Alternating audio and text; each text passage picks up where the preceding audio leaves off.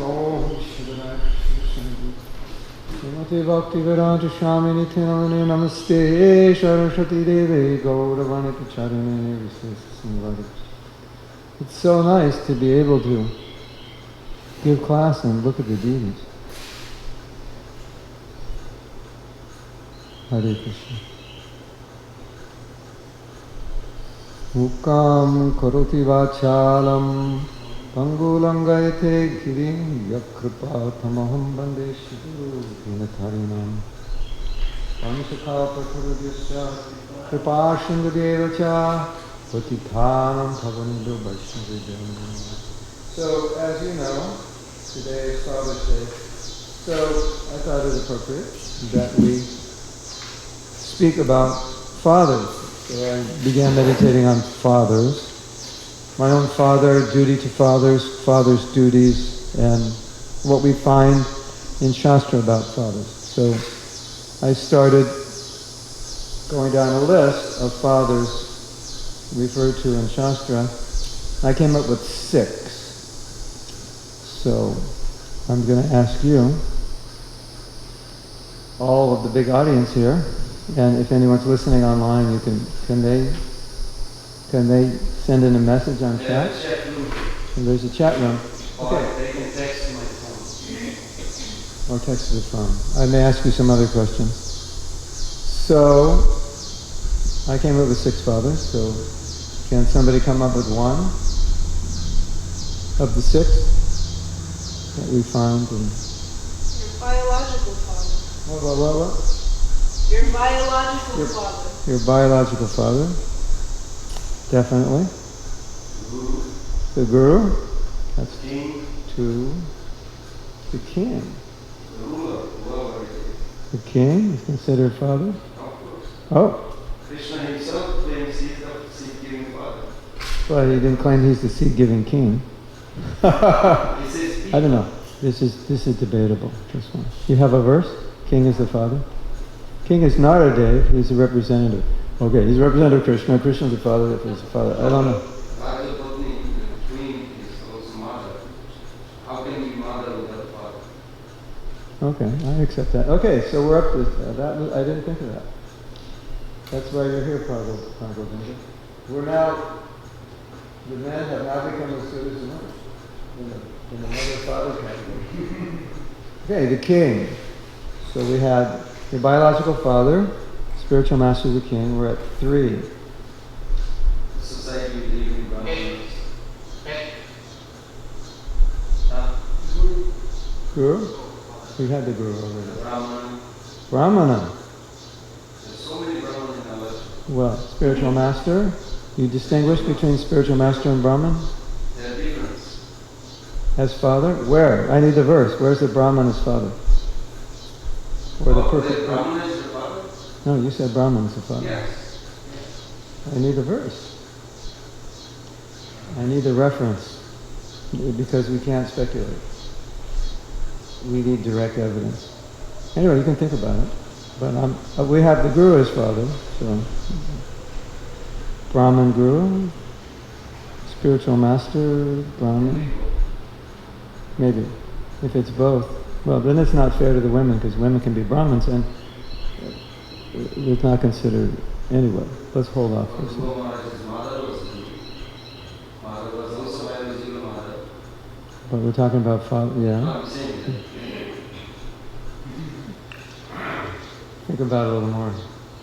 Okay, well, Manu, father of mankind. Brahma, the father of all living entities. Of course, Krishna. So how much does that bring us up to? Krishna claims name. It says Pita and Pita Maha. Yeah, and Brahma sometimes also, Pita Maha, sometimes father, grandfather. And of course we have the bull, who's the father. Because, why is the bull the father? There's another reason. The prophet said because he supplies grains, he works.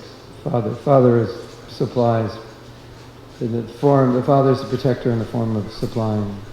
So the bull goes out to work every day, produces the grains. And so now About that verse, it says, yeah. Yeah. So there is mother is guru also, father is also. Yeah. The mother can be guru also, of course. Swajini, the relatives. Pita nasasya, swaji guru nasasya. Yeah. What else? Yeah. We're debating Brahman as father. I'm debating. I'm not convinced yet. You have to convince me. Specifically, there's some reference.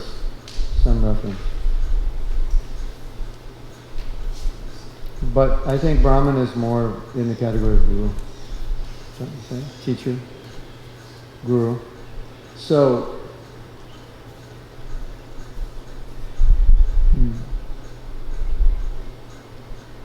we use this definition that Prabhupada gave of the bull is father, the bull is the provider. So that's one of the duties of the father, is provider. And I was thinking that I don't know if the children think of this, but often in trying to provide for the family, the father has to do many difficult things, distasteful things, or has to perform great austerities. Working a job he doesn't like, going through difficulties and so forth.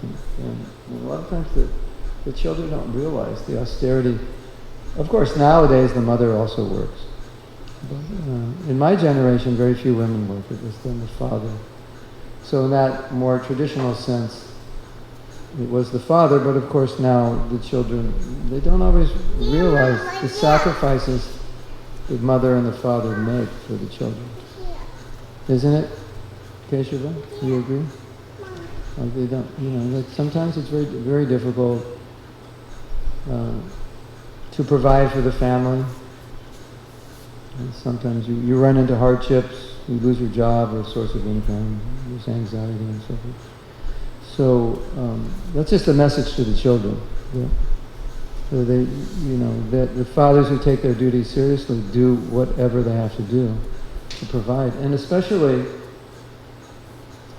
It even may not be so austere, but for devotees who especially have the taste for hearing and chanting, Brahmanically inclined preachers, it becomes an austerity to have any other occupation other than Brahminical.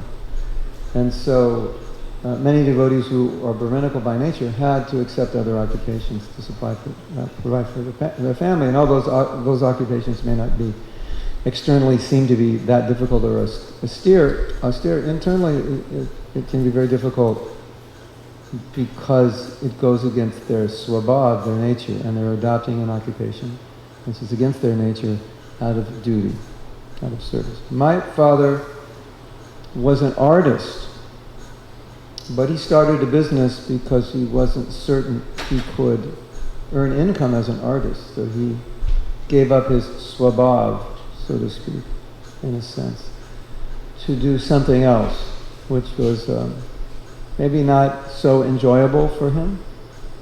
Not that I don't think he hated it, but I definitely saw that. I mean, I didn't understand it when I was growing up, but I definitely saw that art was important for him, and he was quite good. And he probably, if the quality of his paintings was good enough, maybe he could have made money. I don't know if he had the karma to do it as an artist, but it was possible, but he didn't. So sometimes and I always used to think, probably he would, I didn't articulate it consciously, but somehow it got through to me, that probably he'd rather be painting than working in this company he started, this business he started. So that's a message to the children. Another message will come through in a story. It's a very nice story, and it's a story about my father. And my daughter Shama has probably heard the story at least 15 times. She could tell it. I was 16. Now it's 16 times she'll hear it. So, like many of my generation, our parents were not happy that we became devotees. actually quite unhappy that we became devotees, quite distressed, distraught. And like all devotees, we want our parents to be engaged in Krishna service. So I used to engage my father in editing articles I would write, thinking, well, he has to read the articles to edit them, so, something may get in. Consciously, it didn't seem like anything got in. And because he was an artist, and nice to have paintings in the temple, I asked him, would you paint a picture of Krishna? It was a Brijbasi poster called Murli Manohar. Krishna, threefold bending form, playing his flute, and there may be some cow or deer, I can't remember. But if you ever see a poster called Murli Manohar, Brijbasi, you have. So who's in that picture? Krishna's playing his flute? He's under a tree, and it's just a nice scene. Just by himself. Oh. So I sent it to my father, because he's an artist, and I thought, two things. It would be good for him, and we need paintings in the temple. I don't know where this painting is. It was in Vancouver, 1970. I wonder if it's sitting in someone's closet now. It would be nice to find it.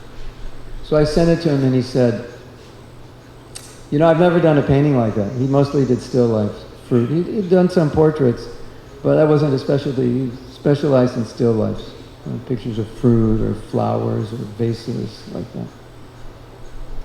So he was doubting. He said, I don't know if I can do this. And I said, Krishna will help you. And he did it.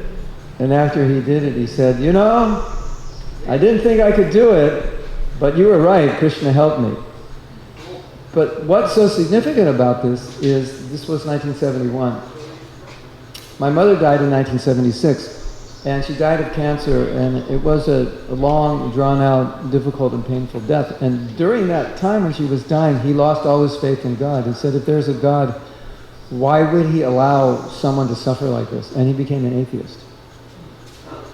Yeah, after he just probably more an agnostic. It didn't make sense to him. It wasn't like he was against God or reading books about atheism or anything. It was just, he said, I can't believe in God. God would allow, if there's a God, he wouldn't allow a human being to suffer like this. So, but here's the interesting thing about engaging your parents in service. So many times when I met him, and he died in 1996, and so many times when I met him, even after my mother died, you know what he would say? He would always say, you remember that painting I did? And I said I couldn't do it, and you said Krishna would help me? And he would say, and Krishna helped me. And he had become an atheist, and almost every time I'd see him, because it was like once a year, he would always, remember that painting? You said I couldn't paint it? You said Krishna would help me? And he did. It was like that was on his mind. So I was reflecting on that this morning and thinking, you can't really underestimate the power of engaging your parents in Krishna service. And of course, in a sense, shastrically we have no obligation because we've given our lives to Krishna. But still, we want to pay back. That's the right thing. Oh, I'd like to say something before this. I just remember. My wife and I were in Austin, Texas in 1995, and we had a preaching center. It was going quite well. People were coming, and we had a little congregation. It was happening, doing book distribution, Harinam, Prasadam distribution, had a cooking class. What else did we have? We were just making friends, building a congregation. And my father knew, I don't know how he knew, that he had about a year to live, and he's in Los Angeles, and so he called me and he said, can you come here? Because my sister was having difficulty taking care of him alone. Can you come here? He said, I'll only probably live another year, can you come? And I thought, well, we have this preaching center. If I go to Los Angeles, we have to close the whole thing down. It's not a small decision to close down the center.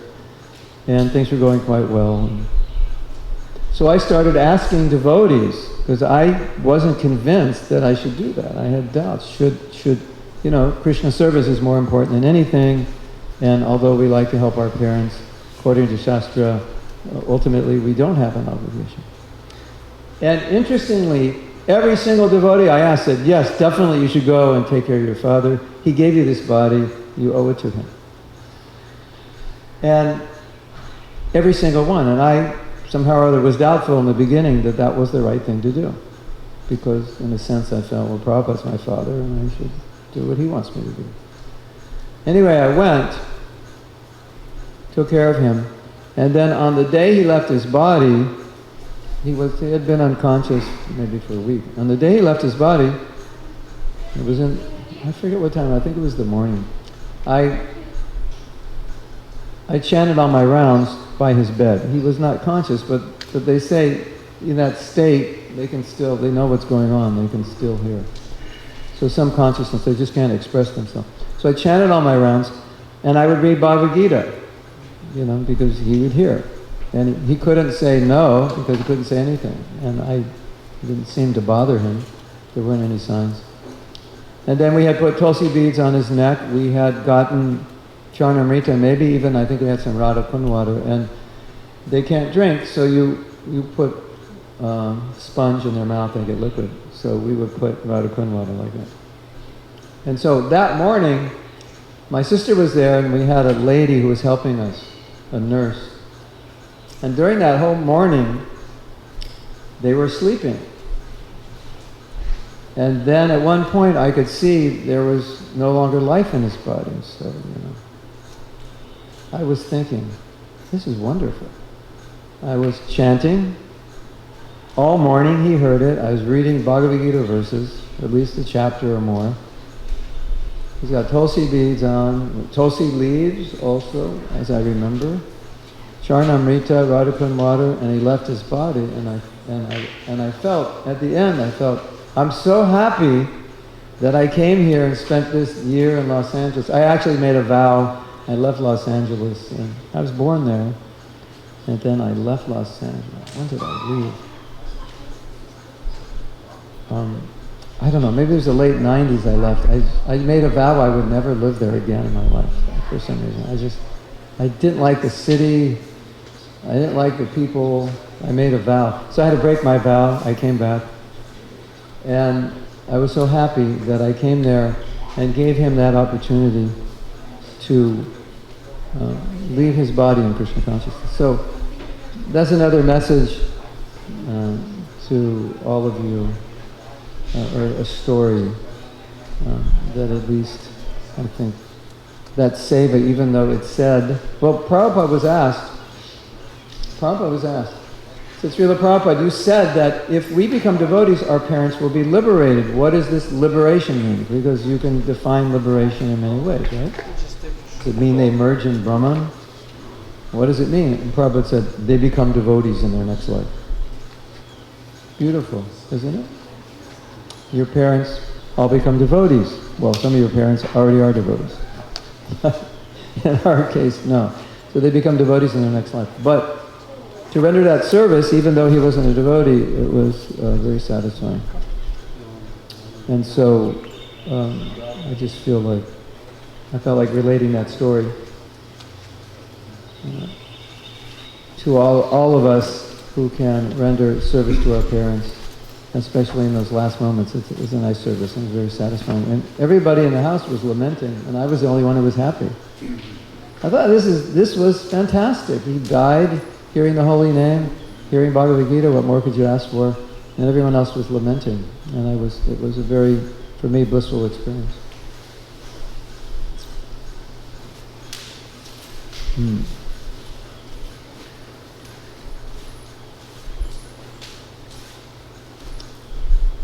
So then we have, I'll tell you something I learned from my father. It's interesting. We'll glorify the fathers, so I'll glorify my father. Useful things that I never forget, because it's very similar to things Prabhupada taught us. Prabhupada was very frugal. And you may have heard this story. Prabhupada had to mail a letter, and he had to mail it in Vrindavan to another place in Vrindavan. And he said, how much did it cost to mail the letter? I was like, 3 rupees. How much does it cost to take a rickshaw and deliver the letter? Prabhupada, 4 rupees. Okay, mail the letter. Save 1 rupee. You know that story? Yeah, something like that. And Prabhupada used to say, you Americans are so spoiled, if something breaks down, you just throw money at it. You just buy a new one. You don't fix it. Of course, nowadays, it costs more to fix it than to buy a new one. Sometimes. So, I learned a nice lesson. I think it wore off on me. Maybe it annoys my wife a little bit. But my father was 46 years old when I was born, so he's a little older than most of my godbrothers and sisters' parents. So that means he was born in 1904. It was only 8 years after Prabhupada. And so he grew up, during the Depression, he was 25 years old. So and he grew up at that time when the economy of America completely collapsed. Millions of people didn't know how they were going to eat the next day. So he grew up in these very austere conditions. And he established a successful business, but he was always very frugal. He could buy whatever he wanted. He had enough money, but he wouldn't. And so there's a funny story, and I think it's indicative of his generation, but it is exactly what Prabhupada was teaching us. He had a pair of tan-colored canvas shoes, and he spilled some coffee on them. And my daughter knows the story. She could tell it also. He spilled some coffee, and he can't get the coffee off, so he's got these brown spots, right, on the shoes. So we might go, oh, I can't wear these shoes. People will laugh at me, whatever. So he gets a sponge. He makes some more coffee. He dips the sponge in the coffee, and he dyes the shoes. He goes, okay, now they're all brown. We're perfect. He had enough money to buy 1 million pairs of shoes. So that's how I grew up, learning those lessons. And it was quite funny because the last year of his life, my sister would look at his closet, and he had clothes that were 40 years old, like the clothes he wore as a young man, or younger man. Like different style, kind of never in style, out of style clothes. And she would say, why didn't you buy some new clothes? He would say, I don't need, these are fine. So it was very indicative of that era of people. They wouldn't waste money. It was like, oh, let's just buy a new this or that, and when it's out of style, we'll just whatever, give it to the thrift shop. It wasn't like that. And then when my sister was taking care of him, she wasn't working, so she'd have to get money. She'd say, I want to buy this. And he'd always say, okay, you want it or do you need it? He would interrogate her. You want it or you need it? So, it was good to be around that, because Prabhupada was like that also. He wouldn't, Prabhupada wouldn't waste, he wouldn't want to waste money. So, yeah, I appreciate that.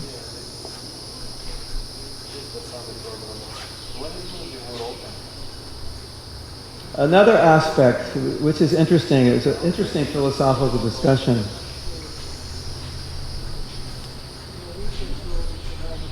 That, as you know, Prabhupada criticizes men who are like asses who work very hard.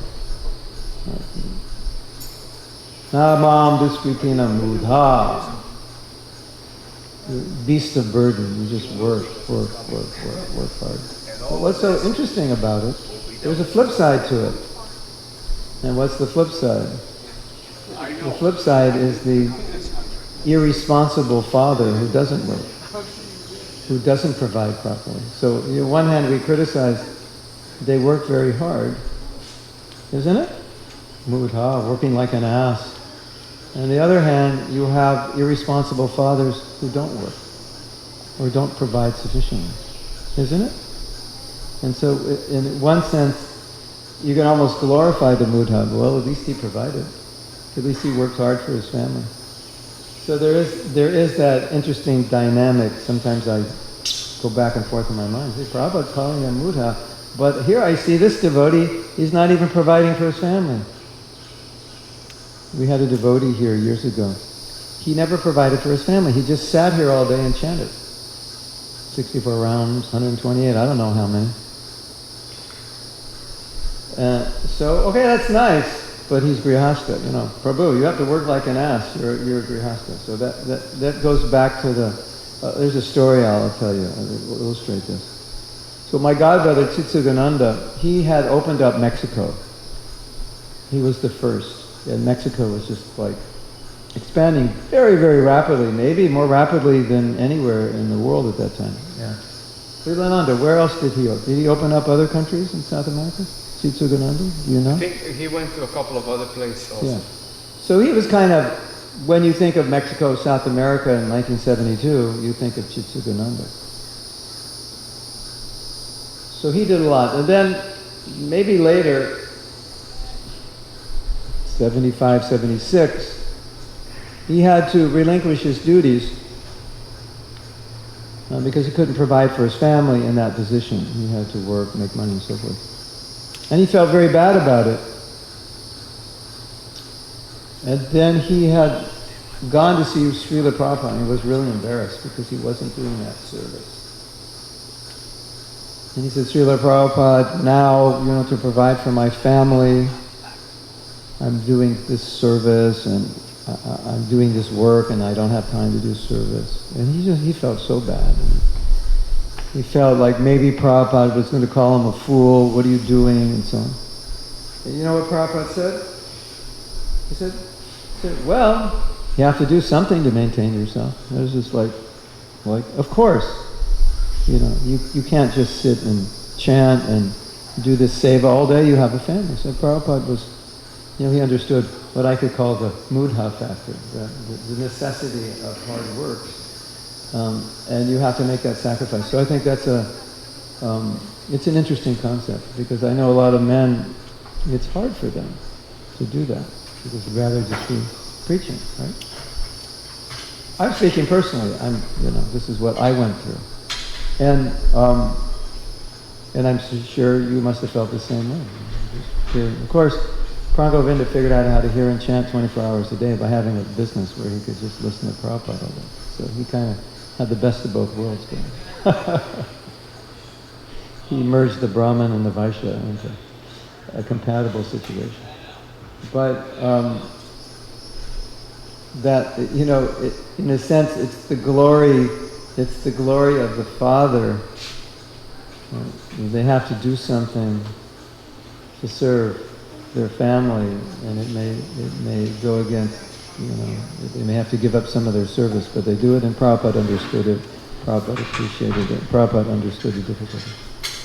So, now it's time to talk about the bulls. Akruti, can you tell us something about the bulls? Because the bulls are father, and I'm not a bull expert. Are you? You can tell us something? We have one that's down right now. It only has probably a couple days left. Really? Go visit him. He's a baby Gopal. Big, huge, beautiful horns. I mean, he's sitting over there not eating and drinking up for a few days. But, you missed them. They're very noble looking. And we are starting to train a couple of oxen. Nice.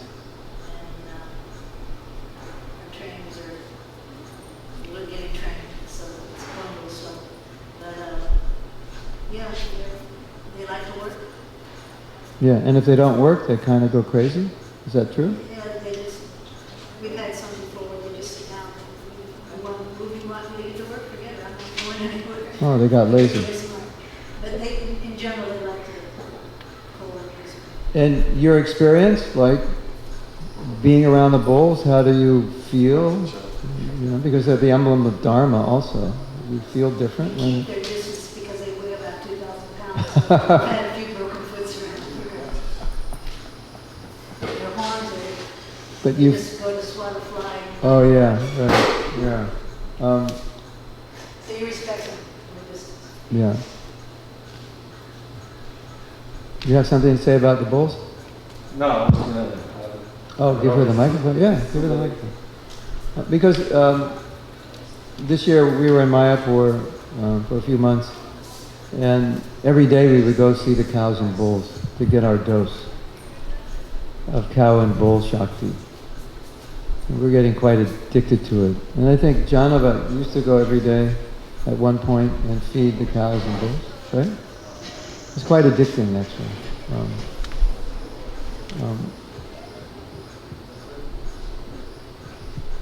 And we were there, we met one devotee. His name is Revati Ramana. He was there at the Goswami, and he said, when the cow chants moo, it's more powerful than the sages chanting Om. You ever seen that cartoon? The sage is chanting Om and the cows are saying, hey, he's got it backwards. And then he said, when the cows moo, the constellations shift and they all become auspicious. You heard that before? It was telling us like all these amazing things that happen in the presence of the cow. And so we would go there every day and we would pet them. Somehow we could pet the bulls there. They were okay. Of course they were behind a fence, but I think they were a little more timid maybe than the Western bull.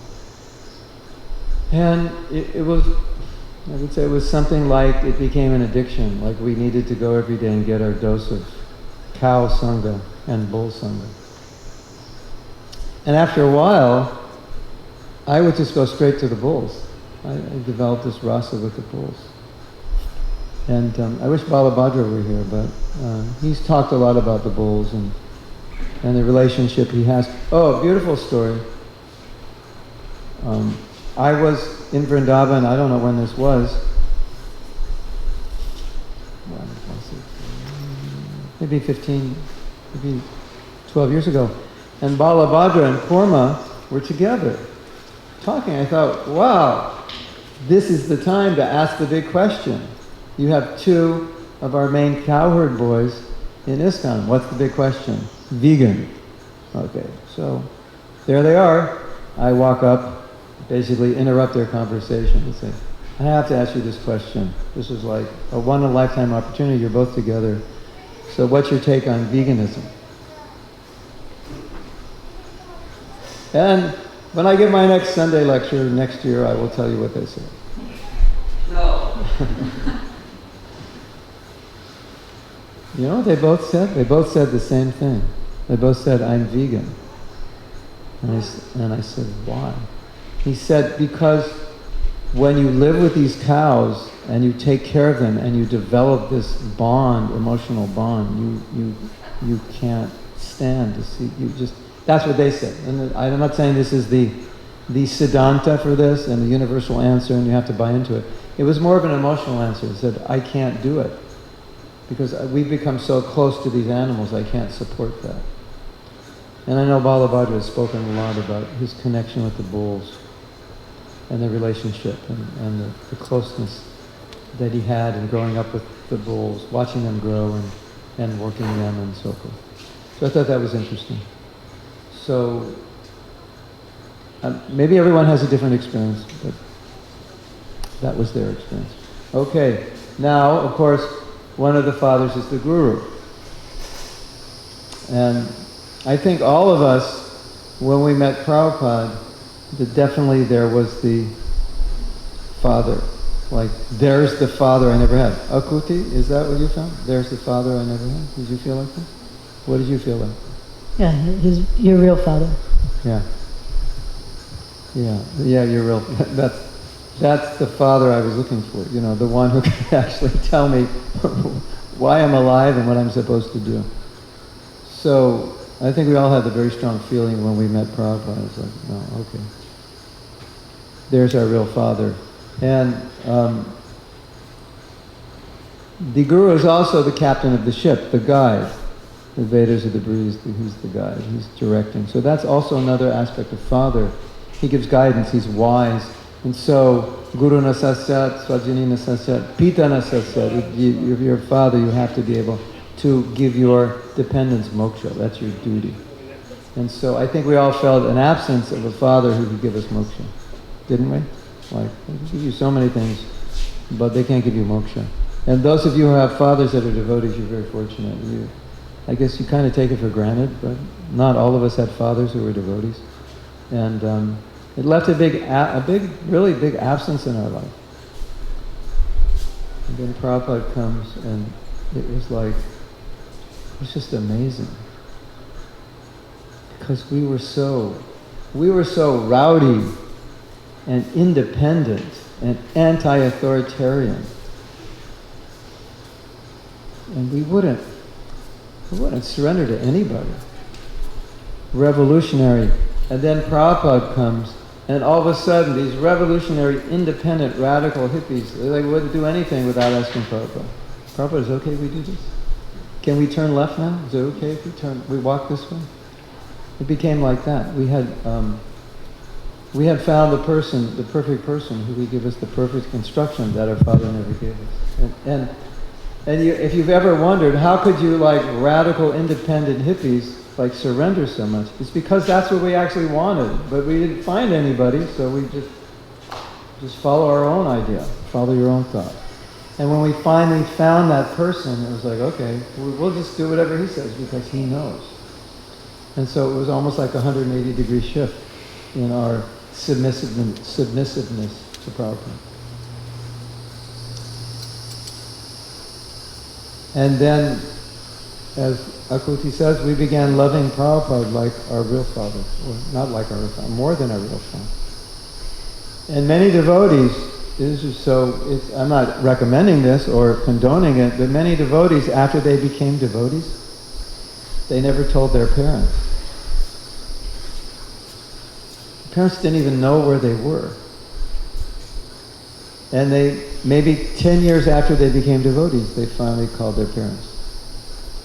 It's interesting. I think for an Indian, you must find that strange.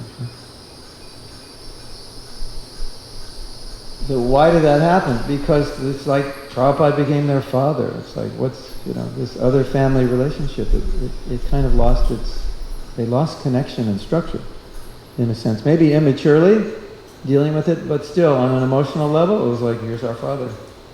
I found out this is my real father, and they never even contacted their parents for years. Interesting, isn't it?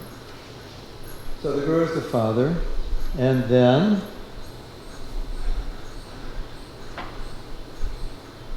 Lord Brahma is the father because he creates the bodies. Of course, Krishna is the father, Pitaham, Asya Jagato, and Aham Praja, Aham Bija. Krishna gives the seed of all life. And Manu, Prabhupada calls Manu the father of mankind. And he's a father because he teaches you how to live, and that's the duty of the father. Guide you, proper instruction. So. And the one father that I wasn't thinking of that Prabhupada Govinda came up with was the king. King is the father. And I agree, because now I'm thinking that Prabhupada said the king sees, the real king sees the citizens like his own children. He treats them like his own children. So yes, then that confirms. I mean, that's one confirmation that he sees the citizens. He has that same affection. And this brings up an issue that's been coming up a lot in our movement about devotee care, taking more care of devotees. And physical care, social care, emotional care, and spiritual care. Not just spiritual care, but in all ways, helping devotees. And especially as we become older, fathers and mothers, then it should become more of a concern to give care to younger devotees. Because as we become older, in theory, we become wiser, and then we're more facilitated. We have more resources, and we can offer that care. And it's considered, in a sense, sinful if you can help someone and you don't. If you have the facility to do it and you don't. So as we become older, we have more facility, more wisdom, and we can give more care, and that's the position of father and mother, of course. So I'm going to stop here, and I want to ask you if you have any comments. Of course, you can ask questions. I don't know if if this conversation, I don't think it's aroused any questions, but if you have comments about Father, or you'd like to glorify the Father, or your spiritual master as your Father, we would love to hear it. I have a question. Okay. Hare Krishna. In Nectar of Devotion, Rupa Goswami Pad identify the Vatsalya Ras, which is father and mother, Yes. by 4 qualities. Palan, Poshan, Taran, Bhartsan. One who raised the child by maintaining emotional needs, physical needs, whatever needs the child needs, upbringing. Then Palan Poshan, he gives the nourishment too. And then Bhartsan, he scolds, disciplines. Taran, and then he gives the guidelines, like boundaries. So it can fit in anybody. Why limited to 6 or 7? Anybody raise, sometimes the temple authority, they raise like I feel like Mother Mukhya is almost like my mother. Not just, one of the 7 category, but she is kind of like a guide. So how far you can go, how far you can do. So it's like anybody gives this 4 training to anybody, can be father or mother. Yeah. Is that okay? Or? Of course. Sounds like a very liberal idea.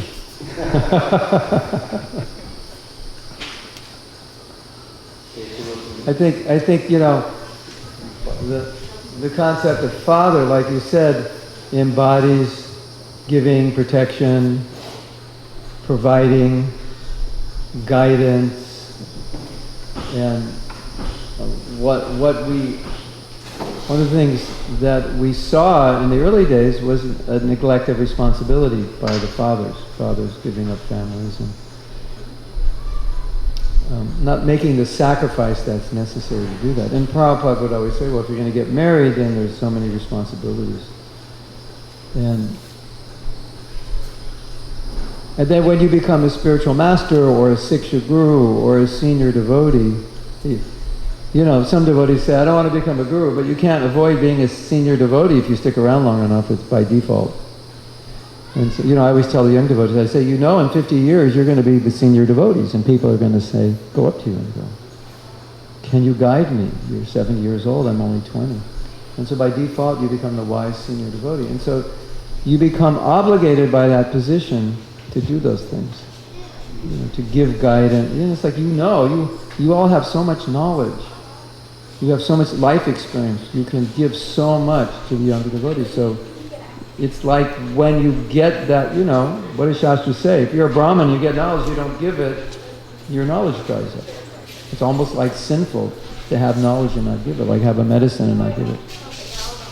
So those 4 things I think we can say every senior devotee in some sense, because, you have no money and I have $1 million, it's a sin if I don't help you out. You can't pay your rent, you're not eating, and I don't need $1 million.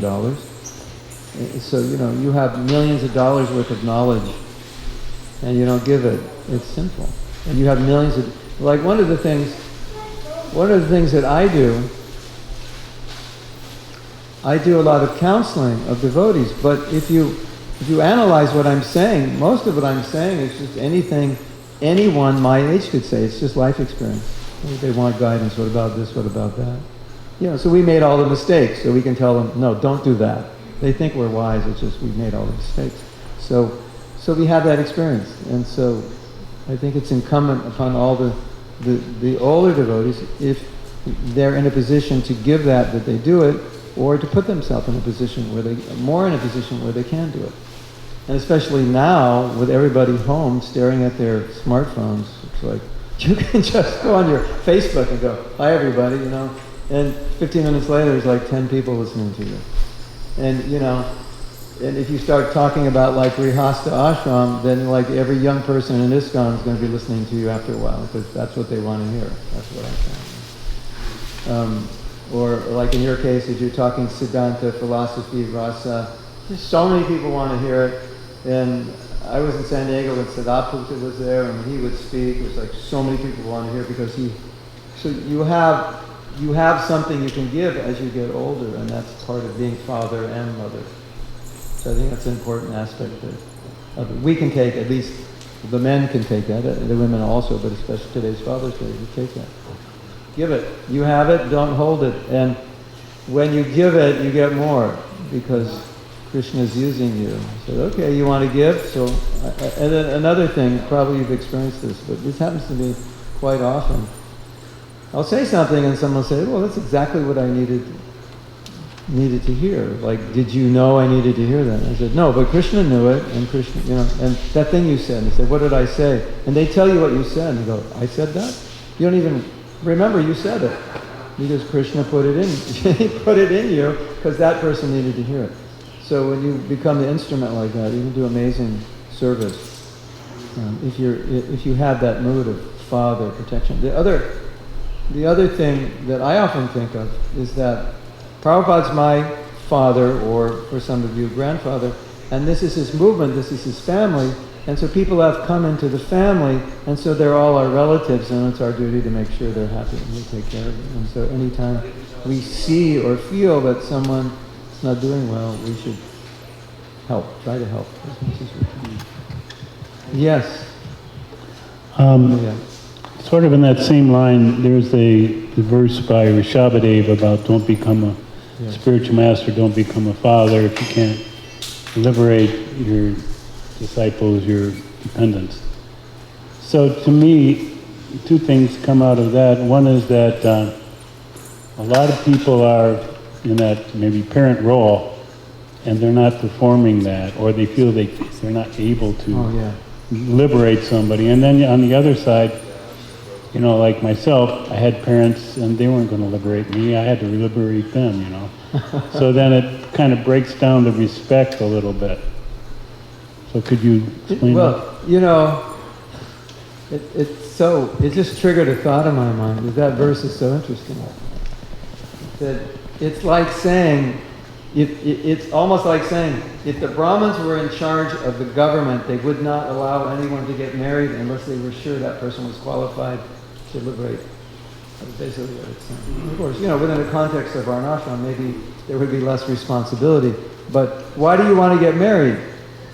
You enjoy it, basically, right? Have a nice life. And the Shastra is saying, no, you get married. And if you can't liberate this person, if you don't have, Atma-gyan, Brahma-gyan, you have no right to be like here in America, it's so interesting. If you want to be a foster parent, they check you out. They have to make sure. But if you want to have your own kids, it's like, whatever. You can be a drug addict and anything. How can they prevent it? They're not going to take your baby away, in the hospital because you're not qualified. But strictly speaking, in a Brahminical society, I don't know, but maybe the Brahmins wouldn't marry you if they didn't think you were qualified to be a parent. And that's such an interesting verse. Because it says also, swajani, not even a family member. Like you're born as a family member looking good. But don't become, it's basically, the verse concludes like, don't become an authority. Don't take a superior position.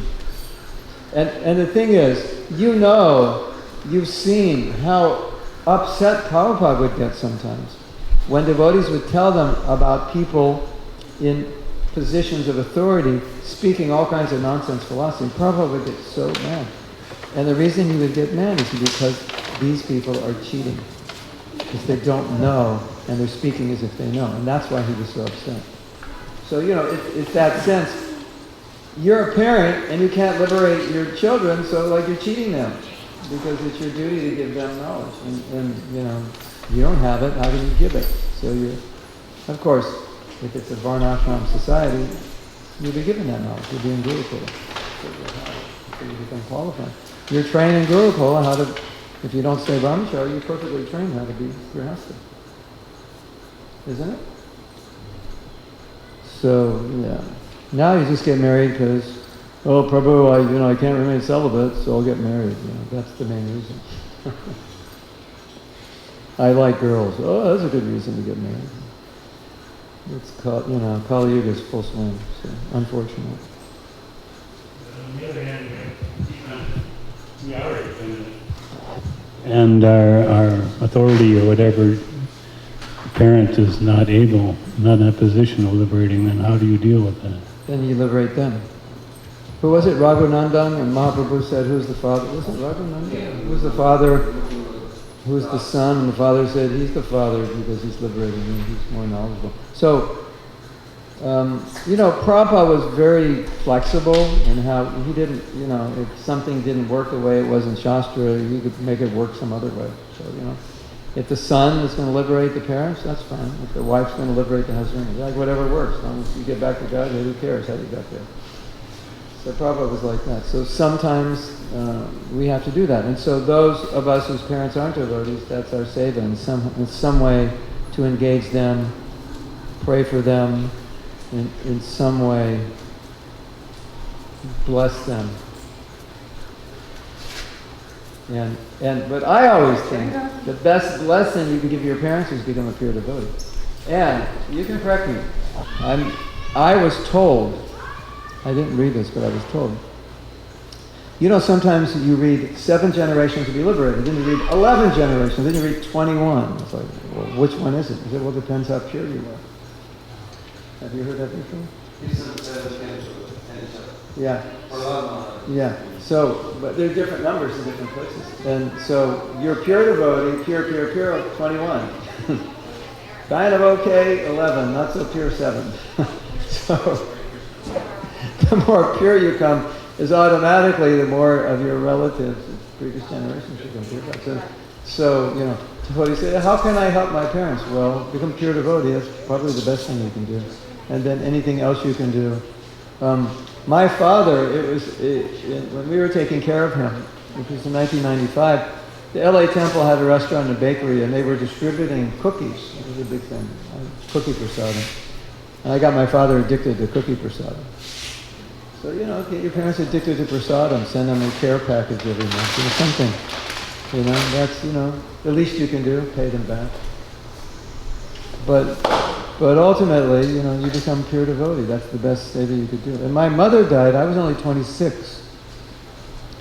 And she was very unhappy that I became a devotee. And she emotionally couldn't deal with the fact that I became a devotee. It was really hard for her to see me in the dhoti, shaved up.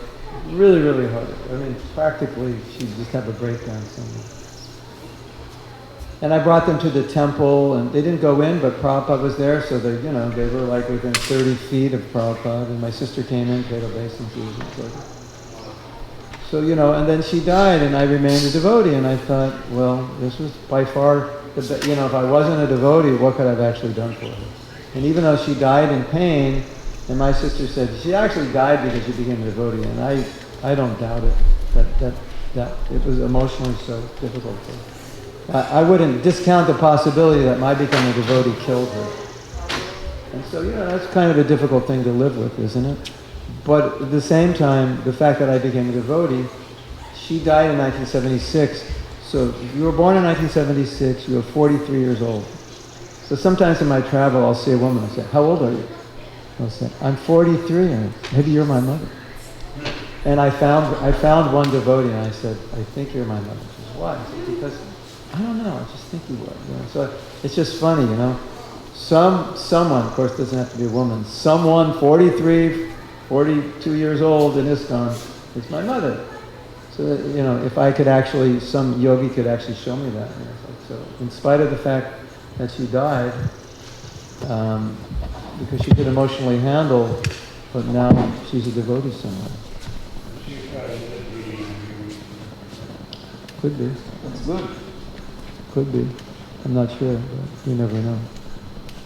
But so I always felt that,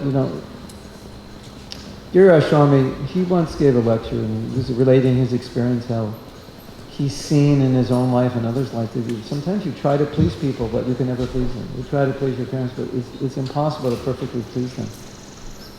And we become devotees, we can award them the highest benefit, and we can be satisfied. Question? Mother Ratmiksa says, I know that Balabhadra Prabhu does not want to support the commercial dairy business, but he is not opposed to ahimsa methods. Thank you. Thank you. Definitely true. No devotee is opposed to drinking milk unless they're allergic to it. But ahimsa milk, obviously much better. The obvious solution is produce your own milk. Solves the whole problem. So, we have 3 minutes left. Someone want to make a comment? Someone else? About Father's Leela Ananda? Can you give him the microphone? You have?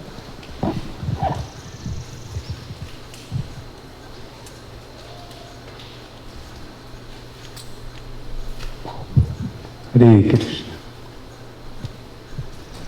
I was once corresponding with Bhakti Vikas Swami about Srila Bhaktisiddhanta. And he told me that Srila Bhaktisiddhanta quotes more Srila Bhaktivinoda Thakur in his writings than anybody else. That shows the relationship he had with his father. Yeah, nice. Yeah, he quotes more than anybody else. Also on 26 2nd Avenue, Brahmananda once went to meet his father, and his father said, "You're following this, Swami, I reject you. I don't want you as my son anymore." He went back to Prabhupada, was kind of disappointed. My father rejected me. And Prabhupada told him, "Well, never mind, I'm going to adopt you." Jai Prabhupada. Oh, I have a beautiful story also. I just read today. This would be a good ending about the father. So Shyama Sundar was very sick. I forget where this was. Maybe somebody knows the story. He was very sick, and nobody was taking care of him. Maybe it was that original party in India. Nobody was taking care of him. And Prabhupada came to find out, and Prabhupada got really, really upset. The devotee said, "Why are you not taking care of him?" And then he said, Shyama Sundar said, "Why didn't you tell me? I would have personally taken care of you if you would have told me." Wow. That was in a discussion in the context of devotee care, but it also fits in this discussion. That even though Prabhupada is this international guru, Jagat Guru, still that personal father relationship is there. Guru is father.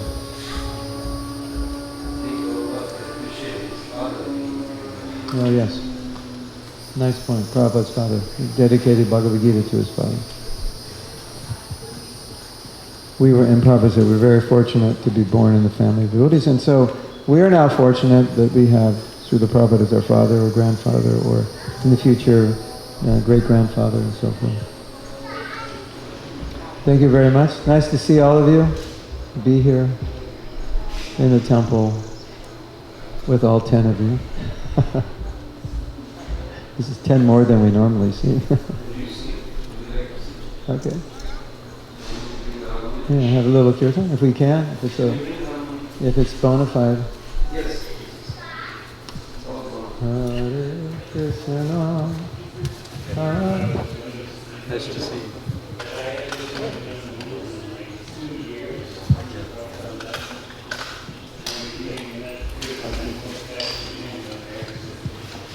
Wow, yeah. We were discussing that before you came, how Prabhupada he was the father we never had. So we all became so attached. It was like we were waiting for that father that we never had. And he showed up and it was like, okay. How do we normally do it? We normally put it on this. Chair's too high. It should be like this high. It should be like the height of my knee. The books then, but then you have to do something with all the books. Possible? Too much trouble? Hare Krishna, Hare Krishna,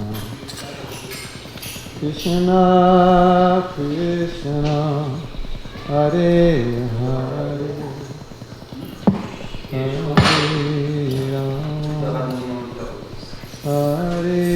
Rama, Rama, Rama. I'll take this and I'll think I need to be elevated a little bit. Rama, Rama, Hare Hare. It's okay. We'll manage. We'll tolerate it. In Radhadesh, what they have is they have on the asana, Keshava, they have on the asana in Radhadesh a tray that comes out, and you pull it out and it's a harmonium and you put it back in. And it has all kinds of things. It's the Adarya Shakti, I think it's called the Adarya Shakti in Brahma Samhita, the all-accommodating potency. Adarya Shakti. The all-accommodating potency, Srila Bhaktisiddhanta calls it. And the spiritual world, it's like whatever you want, it's there. So this asana, like, the microphone has it built into the asana, so you don't need an external. It's got a light built into it. It's like, side and underneath. There's a plate for the cup. It's got the Adarya Shakti, the all-accommodating potency. Hare Krishna. Shri Radha Shyam Sundar ki